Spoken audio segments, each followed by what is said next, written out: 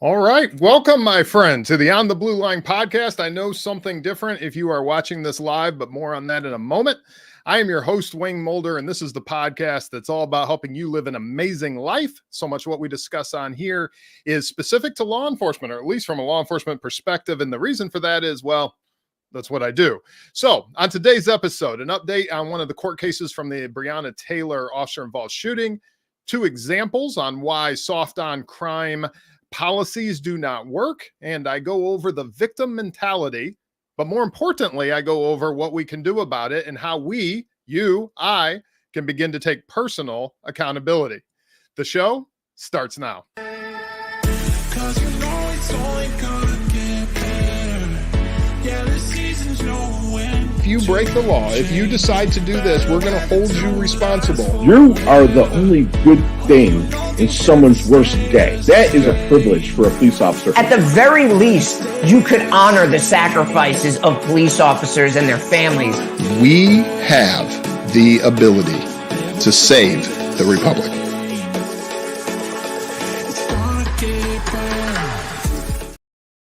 That's right, we do. And thank you so much for joining week after week.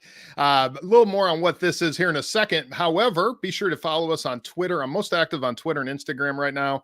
Twitter, we're at On the Blue Line and the number 1, and Instagram at On the Blue Line Podcast. If you are watching this on YouTube, if you happen to be live right now, if you could just click that subscribe thing down there, or, whatever. But that way you get notified when these come out. And then that way, a little notification bell. And then that way you'll get notified when we are live. And then podcast listeners, if you're listening this after the fact, thank you so much. You are a big part of any success that we may be having. And I really, really, really appreciate that. So if you would please be sure to leave us a 5-star rating, if you would. 5 stars would be the preferred number, but whatever you believe is the right one. And then a review wherever you listen to this podcast. And then lastly, give me your feedback. And I personally read your emails. I would love to see them. It's Wayne at ontheblueline.com, Wayne at ontheblueline.com. So if you happen to be watching this on Friday night, the 23rd at 8 p.m., then you are watching it live. So something a little different.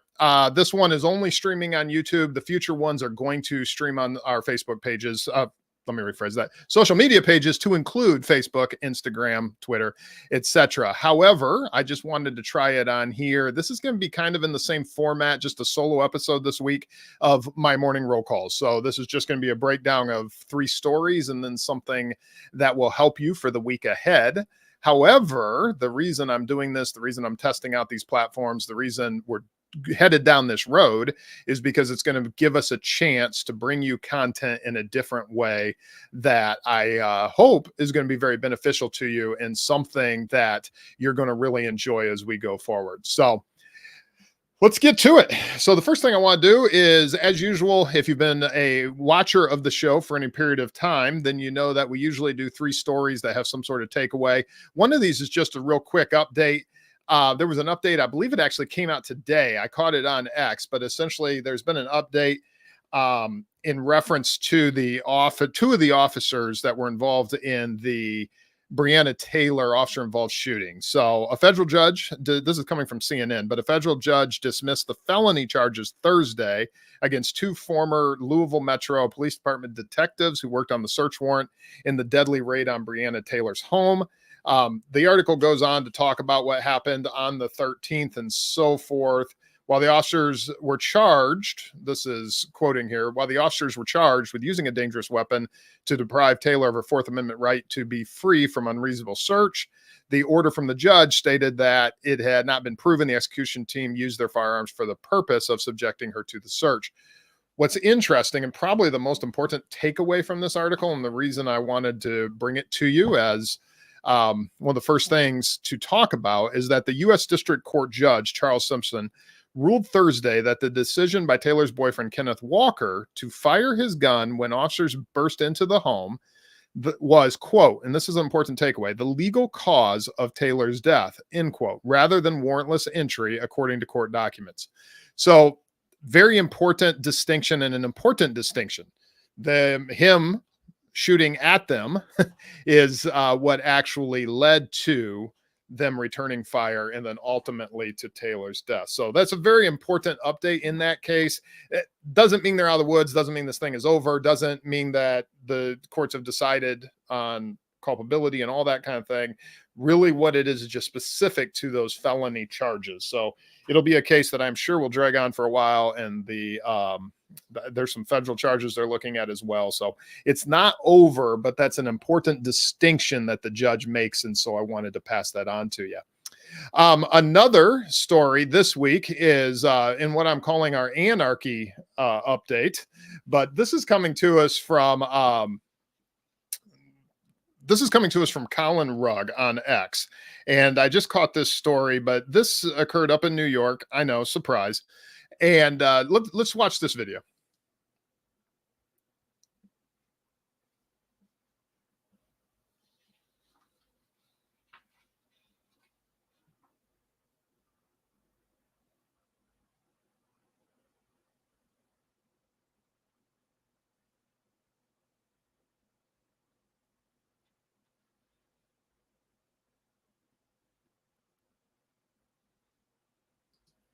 So I apologize for those of you on the podcast. There is no sound on that, so I'm sorry for the 30-second pause there.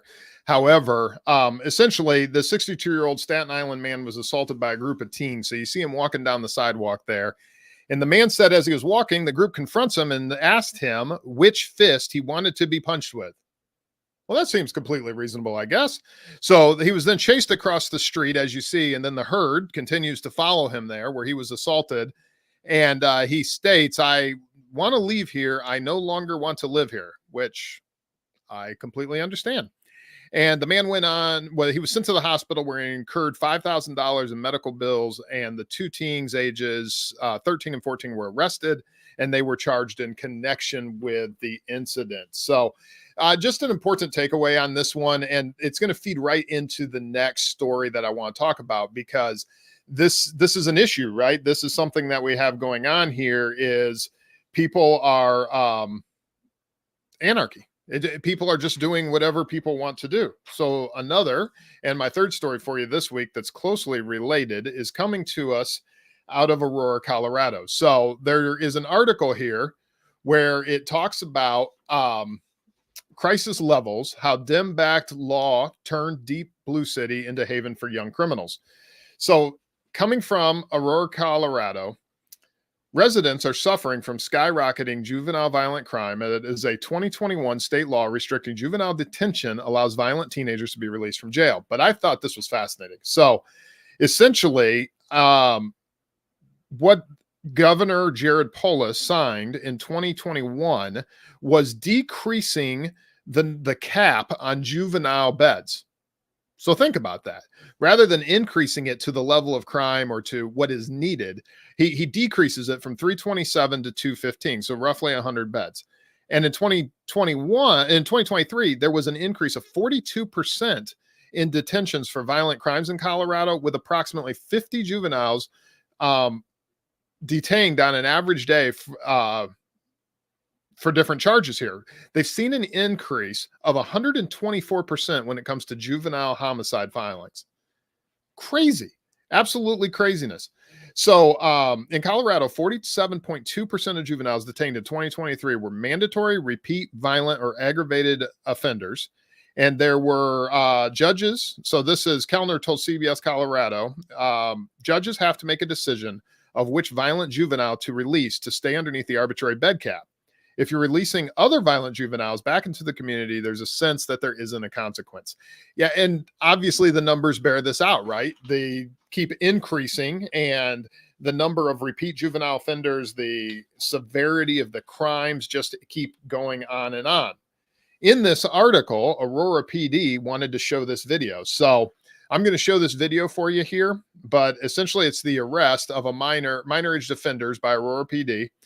And they were tracking a stolen vehicle and were attacked by several minor-age criminal offenders with more than 20 rounds of gunfire fired at the officers, which of course led to a multi-jurisdictional pursuit, and they traveled through portions of Aurora and Denver. So let's watch the video here. There is fortunately sound on this one. So for you podcast listeners, you won't be just listening to dead air for a moment here. Yeah, we're good. We're good. Yeah, we got bullets. We took a lot of rounds. Coming back. This thing's pursuit move. You guys got it. Chase it. That's Laredo. Dang, we're right behind them. Fuck barrel, 4-6 going one. Get up on the tower, I got her. Last now, 3, Woody. Get in here. They jumped the backyard to 1631. They are headed westbound. Jump the backyard. Yes. Jump side of the street.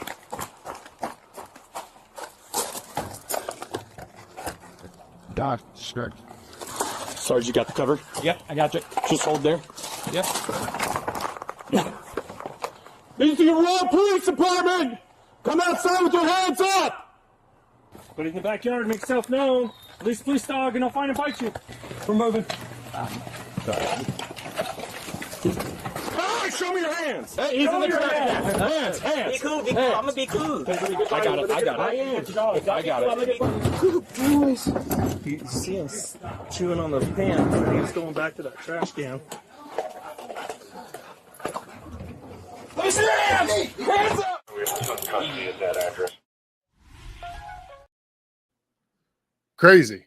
Absolutely crazy. And anyone who's worked in this career, obviously you've seen it, but just insane. The amount of juvenile, I couldn't believe the homicide rate. Like that was incredible to me, the increase among juvenile offenders in that area of Colorado. However, we all know that Colorado policies have gotten worse and worse, and they've been trying to become more like New York and California. And surprisingly, not surprisingly, that's exactly what happens with the numbers as they go up as well. So that's what I had for you on today's news stories. Real quick, just telling you guys, we have a new Patreon page set up. It's patreon.com/on-the-blue-line, patreon.com. The easy way is show notes below, the very first one. Click that button. Takes you over there. It's a way to support the podcast, but the cool thing is it's set up with only episodes that are only going to be available behind the paywall. So I hope that is something that you enjoy, a little something extra as a thank you for each and every one of you. So just be sure to check that out. If it's something you're interested in, there's about 3 different options, everything from not having episodes that have any commercials in them and all the way up to having options for some kind of cool things that you might really enjoy. So check that out, patreon.com/on-the-blue-line, and you can just click the link below. All right. So for the one little takeaway, the anecdotal story or thought that I had for you this week. So in all honesty, I had a bad day. I know we all have bad days. We all have moments and so forth, but it was kind of a sucky day. I had some things happen today. Not going to go into specifics on any of that, but it kind of just led to this very depressed, very just, this sucks, right? That kind of thing. And it was, some, relationship stuff, not anyone particular, but just somebody that I'd known. And anyway, just led to some issues. So had me thinking, right? Because 2 things. One of the things that came out of that conversation is exactly what I want to talk about today, which is this idea of a victim mentality, right? And as I thought more about it, as the day rolled on, I kind of got into this. Well, I have one of 2 choices, right? I can either wallow in it and do what I want to do, which is check out, veg out, maybe go watch some baseball, maybe go watch some Netflix. I can take that approach, or I can not let it bother me, not let it affect everything. And I can do what I need to do. I can come in here. I can do, this is what I say the mission is. This is what I'm trying to accomplish right now. So I can push forward and not allow it to set me back. So it had me thinking about this idea of just like overcoming a victim mentality and what that looks like, right?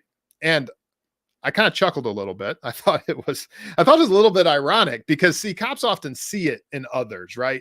There's so much about our job, so much about when you're dealing with other people that you're like, yeah, well, if they didn't look at themselves as a victim, if they started to take personal responsibility, if they started to, whatever X is, well, then they can get up and out of this. And it kind of is a turnoff for us, right? It kind of is like, well, I want to help you, but I can't help you if you won't help yourself. That mentality, or even what you hear sometimes, God helps those who helps themselves, which I'm pretty sure isn't in the Bible. But anyway, that's one of those things that people often repeat. It's a mantra and we see it when we see it in other people.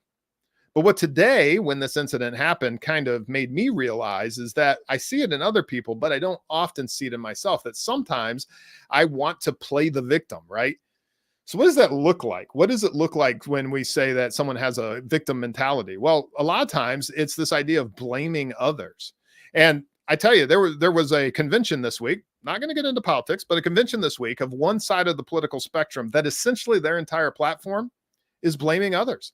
That's exactly what it is. It's like, well, these people are held back because of this, and this is held back because of that, and we can't do this because it's this idea where you're frequently attributing your problems or failures, negative experiences to the actions or faults of other people. And when I looked inward, when I thought, well, okay, yeah, I guess I do that from time to time, right? And the honest truth is we all do it. Right? It's not to push blame. It's not to blame this person or that group. The fact is we all have a moment where we blame someone else. But then the interesting thing is it starts to wear on us. And so another way that that we start to show this victim mentality is through feeling powerlessness, right? It's believing that you've got little to no control over circumstances. I can't affect that. I can't do this. I can't engage with that person because I have no power. And that was kind of the tailspin that I found myself in today. Because it started with blame. Well, it's not my fault. It's their fault. Well, it's not me. It's them. And you start there, but then immediately that becomes a spiral. And as you start spiraling and start losing control over these things that really matter, well, then you get this feeling of powerlessness. And what do cops typically do off duty when they kind of feel like they don't have control? See, everything about your job is control. Think about this for a minute, right? I've been thinking about this a lot lately. See, in our world, I have a good friend who's a pilot, and I often talk with him about this. If we have control of everything in our world every day while we're in this, and I know we don't have control of the calls, but we have these policies, these procedures, these way we do the job where we have this feeling of control. In the same way a pilot isn't necessarily in control of all the ancillary bad things that can happen that could make that plane crash, but they are well trained into processes that keeps that plane in the air.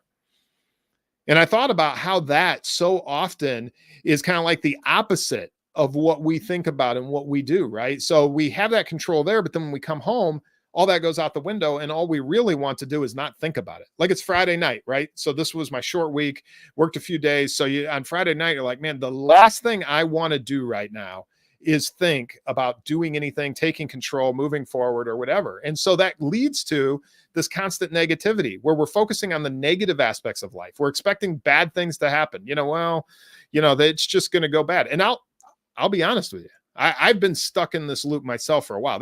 When I come up with some of these topics, just so you know, I'll let you in. I'll show you behind the curtain here for a minute.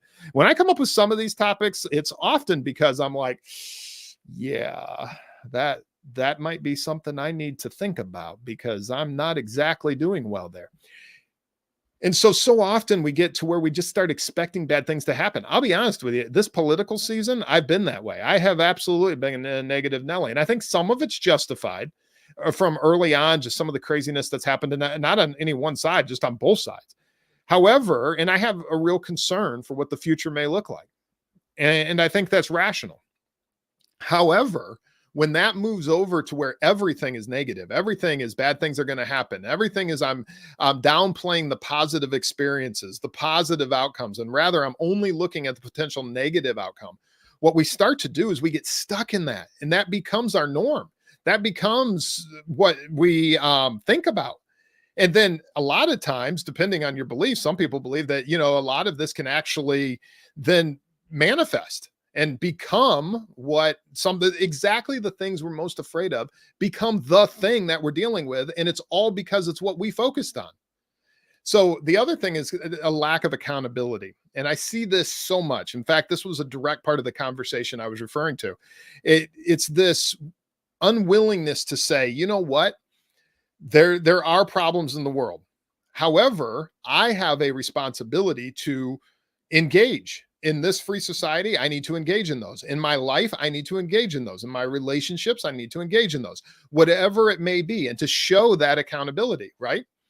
The other thing is seeking sympathy or validation, right? It's called a pity party for a reason. And that's because when one person wants to sit over here, what was the old adage, sit here in the garden eating worms all day or whatever? When one person decides they're going to sit over here and eat worms all day, Well, then all of a sudden, everybody decides they want to sit over here and eat worms all day because everybody is having a bad day. And it's all because we get stuck in this victim mentality in this loop, and it just drives and it just keeps manifesting itself and becoming more and more and more and more. And it becomes insurmountable in some ways. And then we end up where I started at the beginning of all this, where we have a choice, right? And it's that choice that, well, am I going to continue on this path? Or am I going to just go veg out, maybe go watch a little Netflix, whatever it is. And I'm not ragging on Netflix or sports. I do it all the time. But it's just those are, in modern America, easy escapes that we all have instead of taking a moment to step back and take personal responsibility. So let me quickly just give you 5 ideas on ways that we can stop being a victim, become a conqueror, and we can start to take positive steps forward, right? And they are things that I just did. And so they'll help you as well. So first of all, we have to recognize it, right? I'm not saying you have to come on and do a live podcast about it. That's a little weird. I mean, just saying.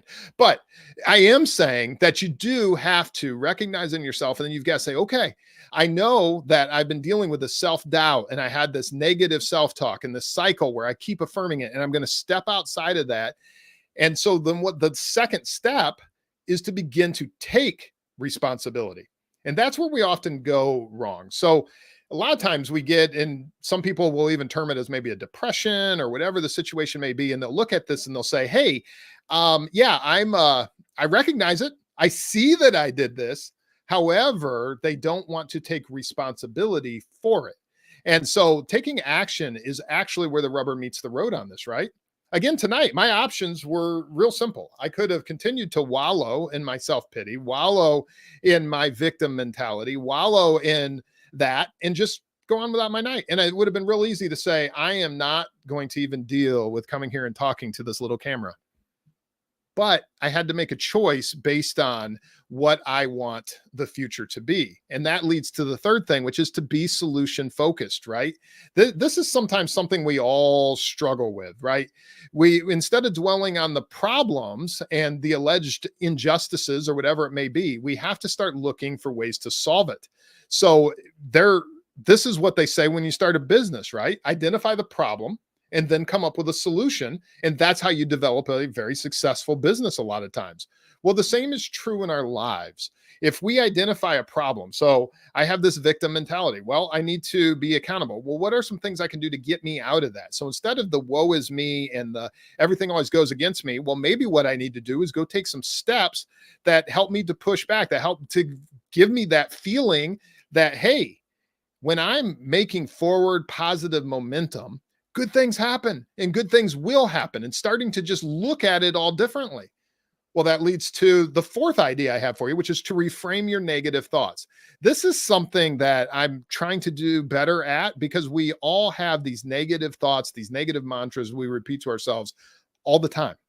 So it's this whole, so instead of saying this always happens to me, right, in a negative way, for instance, this evening, I was getting ready to prepare for this live. This is the first time we've ever been live, which for those of you joining us on the live, thank you. It's great having you here. If you do have any comments, let me just quickly jump over to that real quick. If you have any comments, be sure to mention them, because at the end of the episode here, I am going to go over any comments that are in there. However, tonight, sat down, was getting ready to do this, and it's Florida, and Florida rains every afternoon in the summer. And of course, storms come with those. And as my luck would have it, so does the power surge and everything I was working at. The videos that you saw earlier that I was cutting, everything that I needed to do to prep for this all went dark, and had some buggy files then, had to restart everything.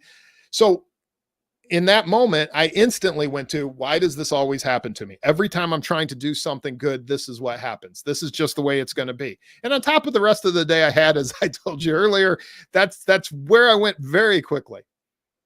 But the better way is to reframe it. What can I learn from this situation? What can I respond? How can I respond differently next time? What are the positives? Maybe even in that situation, as frustrating as it is in the moment, when I come back to getting the material and stuff I need, maybe something positive is going to come out of that. So reframing it.